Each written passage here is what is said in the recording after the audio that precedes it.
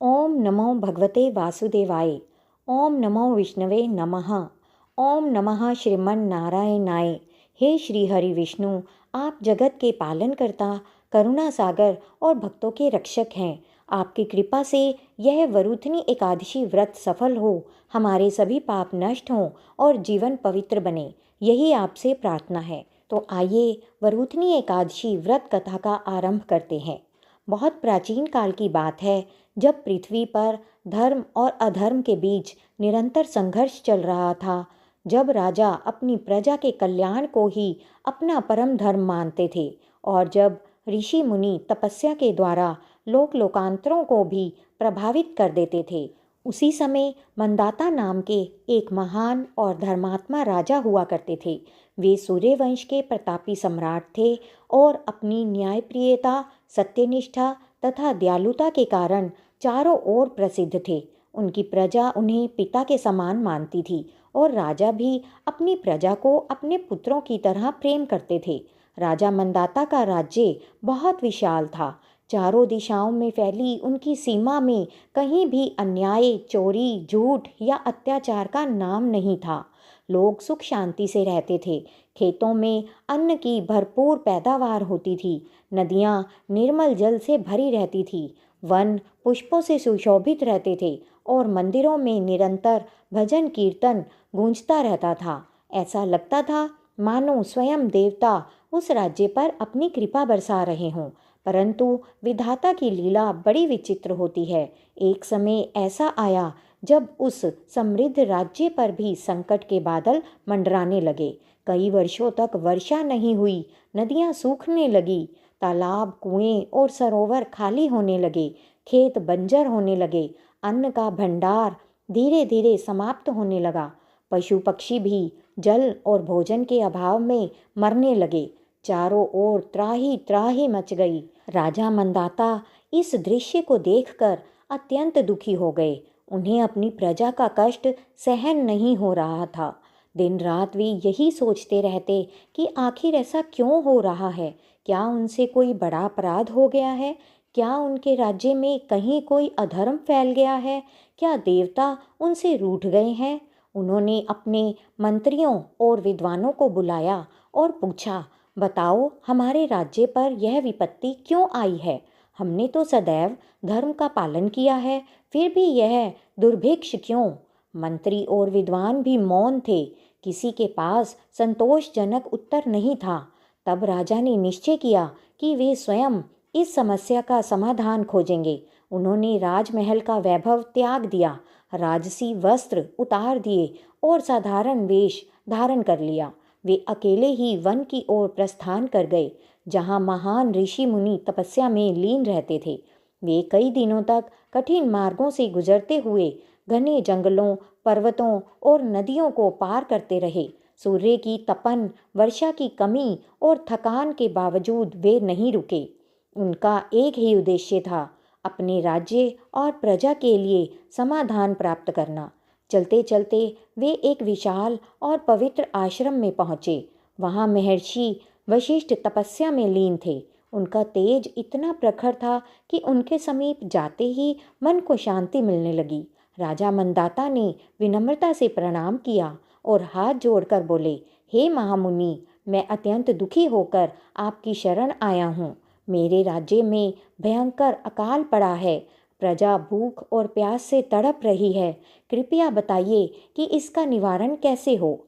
महर्षि वशिष्ठ ने धीरे धीरे आंखें खोली और राजा की ओर देखा। वे राजा के दुख को समझ गए। उन्होंने करुणा से कहा, हे राजन, यह संकट साधारण नहीं है। यह कर्मों और समय के प्रभाव से उत्पन्न हुआ है, किंतु इसका समाधान भी है। राजा ने उत्सुकता से पूछा, कृपया मुझे बताइए गुरुदेव। महर्षि बोले, प्राचीन काल में देवताओं और ऋषियों ने एक महान व्रत का विधान किया था, जिसे वरुथनी एकादशी कहा जाता है।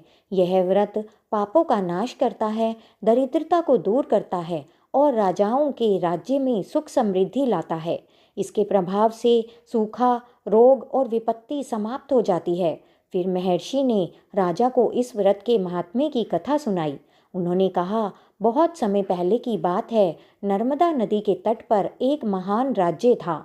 वहाँ धुंधुमार नाम का राजा शासन करता था। वह पराक्रमी, दानी और धर्मपरायण था। उसके शत्रु भी उसकी वीरता से भयभीत रहते थे। उसने अनेक यज्ञ किए थे और ब्राह्मणों को भरपूर दान दिया था। परंतु एक बार युद्ध के दौरान एक राक्षस ने छल से उस पर आक्रमण कर दिया। उस राक्षस का नाम था कुंडल। उसने राजा पर ऐसा प्रहार किया कि राजा का एक पैर कट गया। राजा जीवित तो बच गया, परंतु विकलांग हो गया। राजा धुंधुमार का जीवन बदल गया। जो राजा कभी सिंह की तरह चलता था, वह अब लंगड़ा कर चलता था। उसका तेज कम हो गया। लोग उसकी स्थिति देखकर दुखी होते थे। स्वयं राजा भी भीतर से टूट चुका था। वह सोचता, मैंने तो जीवन भर धर्म का पालन किया, फिर मेरे साथ ऐसा क्यों हुआ। एक दिन वह अपने दुख से व्याकुल होकर वन की ओर चला गया। चलते चलते वह एक ऋषि के आश्रम में पहुंचा। वहां महर्षि मेधावी तपस्या कर रहे थे। राजा ने उनके चरणों में गिरकर कहा, हे गुरुदेव, मैं अत्यंत दुखी हूँ। कृपया मेरे कष्ट का कारण और समाधान बताइए। ऋषि ने ध्यान लगाकर राजा के पूर्व जन्मों के कर्म देखे और बोले, हे राजन, पूर्व जन्म में तुमने अनजाने में एक ब्राह्मण का अपमान किया था। उसी कर्म का फल तुम्हें अब मिल रहा है। किंतु यदि तुम वरुथनी एकादशी का पालन करो तो तुम्हारे सारे पाप नष्ट हो जाएंगे। राजा ने श्रद्धा से उस व्रत का पालन किया। उस व्रत के प्रभाव से राजा का कटा हुआ पैर फिर से स्वस्थ हो गया। बोलिए विष्णु भगवान की जय। उसका तेज लौट आया।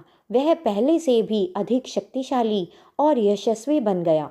उसके राज्य में फिर से सुख शांति स्थापित हो गई।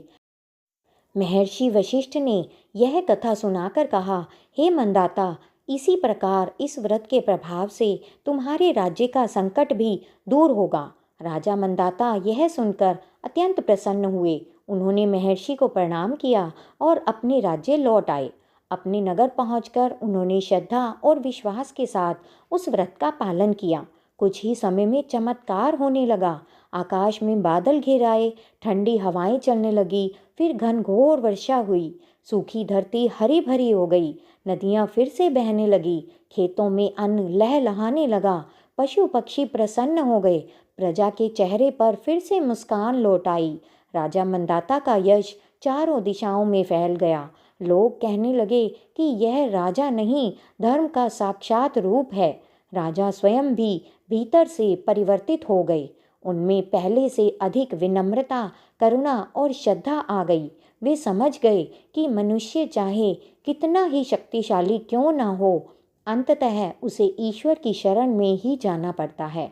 इसके बाद राजा ने जीवन भर उस व्रत का पालन किया और अपनी प्रजा को भी धर्म के मार्ग पर चलने की प्रेरणा देते रहे। कहा जाता है कि जो भी व्यक्ति श्रद्धा से इस कथा को सुनता है या पढ़ता है, उसके जीवन से धीरे धीरे दरिद्रता, दुख, रोग और बाधाएं दूर होने लगती हैं। उसके भीतर धैर्य, विश्वास और भक्ति का विकास, वह संसार में रहते हुए भी आध्यात्मिक उन्नति करता है। इसी प्रकार यह वरुथनी एकादशी की पावन कथा पीढ़ी दर पीढ़ी चलती आ रही है, जो मनुष्य को यह सिखाती है कि सच्चा बल बाहरी शक्ति में नहीं, बल्कि श्रद्धा, विश्वास और धर्म में होता है। वरुथनी एकादशी व्रत केवल उपवास नहीं, बल्कि यह आत्मशुद्धि, ईश्वर भक्ति, संयम, सदाचार का मार्ग है। इस व्रत से मनुष्य आध्यात्मिक रूप से मजबूत बनता है, जीवन में सकारात्मकता आती है, भगवान विष्णु की विशेष कृपा प्राप्त करता है। हे श्री हरि विष्णु, मेरे इस व्रत को स्वीकार करें, मेरे दोषों को क्षमा करें और मुझे भक्ति, विवेक व वैराग्य प्रदान करें। दोस्तों, यह थी वरुथनी एकादशी व्रत की कथा। अगर आपको यह कथा पसंद आई हो तो कृपा करके चैनल को सब्सक्राइब करें, वीडियो को लाइक और शेयर करें और हमारे साथ जुड़े रहें और चैनल को सब्सक्राइब करना ना भूलें। जय श्री हरि।